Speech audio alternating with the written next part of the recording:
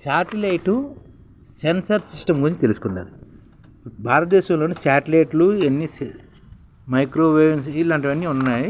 శాటిలైట్స్ని censor systems ఏ విధంగా ఉన్నది ఒకసారి చూస్తుంటే, భారతదేశంలోని శాటిలైట్లను ప్రతి సంవత్సరం మనం రాడార్, ఏరియల్ ట్రాఫిక్ కంట్రోల్, ముందస్తు హెచ్చరిక ద్వారా అతిపెద్ద వాతావరణ డేటాను మనం ఈ శాటిలైట్ సెన్సార్ సిస్టమ్ ద్వారా తెలుసుకుంటున్నమాట. జియో రిమోట్ సెన్సింగ్ అప్లికేషన్ ద్వారా మనం తెలుసుకోగలుగుతున్నమాట.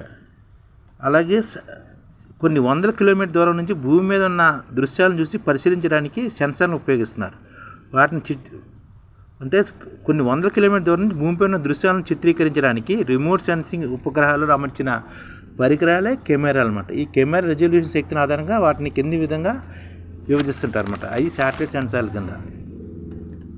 ఆప్టికల్ సెన్సార్ అని, మైక్రోవేవ్ సెన్సార్లని అంటారన్నమాట. ఆప్టికల్ సెన్సార్స్ దృశ్య కాంతులను, పరారుణ కిరణాలను పరిశీలిస్తారన్నమాట. రిమోట్ సెన్సింగ్ను ఉపయోగించి ఆప్టికల్ సెన్సార్ ద్వారా భూమి మీద గల దృశ్యాలను పరిశీలించడంలో రెండు విధానాలు ఉన్నాయి. అవి దృశ్య లేదా సమీప పరారుణ రిమోట్ సెన్సింగ్ విధానము, ఉష్ణ పరారుణ రిమోట్ సెన్సింగ్ విధానం అన్నమాట. దృశ్య లేదా సమీప పరారుణ రిమోట్ సెన్సింగ్ విధానము భూమి మీద గల వస్తువులను సూర్యకాంతి పడి పరావర్తన చెందినప్పుడు అందులో సూర్యకాంతి సమీప పరిణామ కాంతి గ్రహించి ఆ ప్రాంత లక్షణాలను అధ్యయనం చేసే విధానం. ఈ విధానంలో ఆ ప్రాంతం విస్తరించి ఉన్న వృక్ష సంపద, విస్తీర్ణము, అటవీ ప్రాంతాలు, వాటి స్వభావాలు తెలుసుకోవచ్చు. అయితే రాత్రి సమయంలో మేఘావృతమై ఉన్న ప్రాంతాల్లో ఈ రిమోట్ సెన్సింగ్ విధానం పనికిరాదు అనమాట.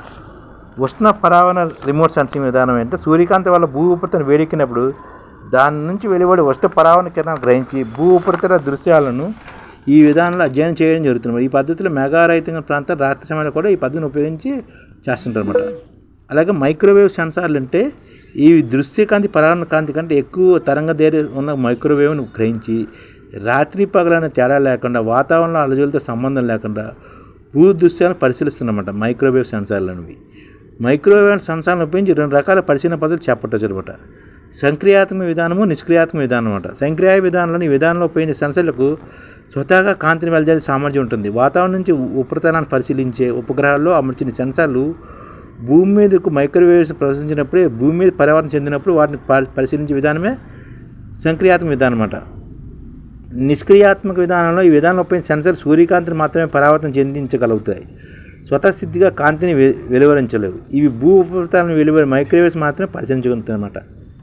అలాగే జియో రిఫరెన్స్ వాడే పద్ధతులు ఏంటంటే radio metric correction, topographic correction, atmosphere correction అనమాట.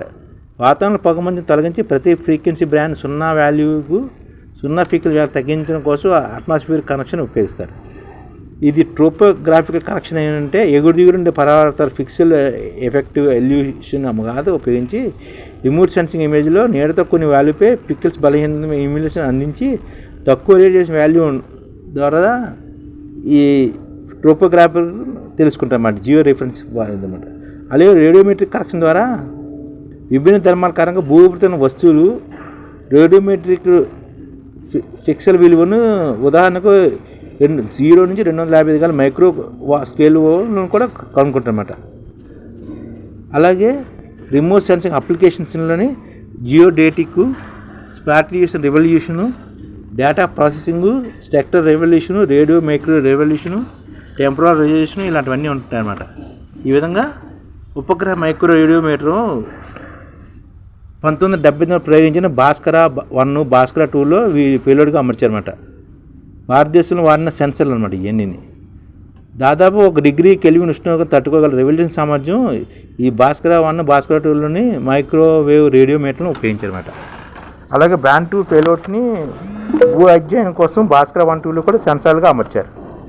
అదే స్మార్ట్ సెన్సార్లని 1983 ప్రయోగించిన రోహిణి, IRS D2 ఉపగ్రహాల్లోనే ఉపయోగించారు.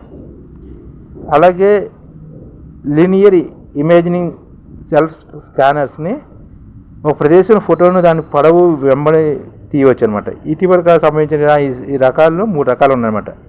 వీటిని కూడాను లిస్ 1, లిస్ 2, లిస్ 3గా ఉపయోగించారన్నమాట. అలాగే వైల్డ్ ఫీల్డ్ కెమెరాస్ కూడాను సెన్సర్లు కూడా ఉపయోగిస్తారన్నమాట. ఇవి ఒక ప్రదేశం పొడవును 810 కిలోమీటర్ల వరకు, వైశాల్యాన్ని 189 కిలోమీటర్ల వరకు ఫోటో తీస్తున్నాయన్నమాట. వైల్డ్ ఫీల్డ్ కెమెరాస్ అనమాట. అంటే ఒక ప్రదేశం పొడవు 810 కిలోమీటర్లు, వైశాల్యం 189 కిలోమీటర్లు ఇలాంటివి ఉపయోగిస్తారన్నమాట. మాడ్యూల్ అల్ట్రానిక్ స్కానర్ని సముద్రపు వనరులను అన్వేషించడానికి ఉపయోగిస్తున్నారు అనమాట. అంటే ఇప్పుడు దాదాపుగా 900 కిలోమీటర్ల పొడవు 200 కిలోమీటర్ల వెడల్పు గల వైశాల్యాన్ని కూడా మనం వైల్డ్ ఫీల్డ్ కెమెరా స్కానర్స్ ద్వారా తెస్తున్నారు అనమాట. ఇంత పెద్ద స్కానర్స్ ప్రపంచవ్యాప్తంగా ఉన్నాయన్నమాట. వీటి గురించి అనమాట, స్కానర్లు, కెమెరాలు, వీటి గురించి. అంటే స్కానర్స్, కెమెరాల గురించి కొంతవరకు అవగాహన ఇవ్వడానికి ఈ వీడియో.